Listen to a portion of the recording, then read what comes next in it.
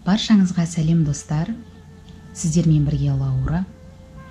Сіздермен біз бүгін кішкентай ханшайымдарға арналған өте әдемі повязка банттар дайындайтын боламыз. Қазір біз өте оңай жасалатын 5-ақ минутта дайын болатын мынадай повязка бант дайындайтын боламыз. Ол үшін бізге мынадай резинкасына 32 сантиметр қылып резинка лентасын алатын боламыз. Және де 4 сантиметрлік репстік лентадан 16 сантиметр қылып қырқып аламыз. Ортасына мынадай жаңағы моншақтармен әсемдейтін боламыз. Ал енді іске кірісейік.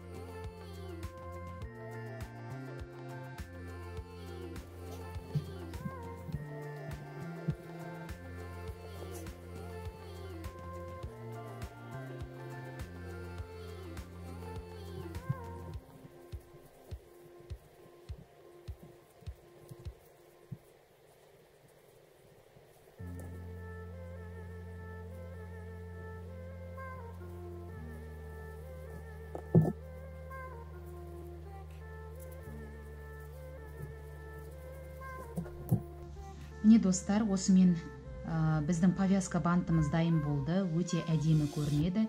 Кішкентай ханшайымдарыңызға арнап жасап берсеңіздер болады. Егер де менің жасаған повязка бантым сіздерге ұнаса, менің каналыма тіркеліп кетуді ұмытпаңыздар. Және де лайк басып, пікір қалдыра кетіңіздер.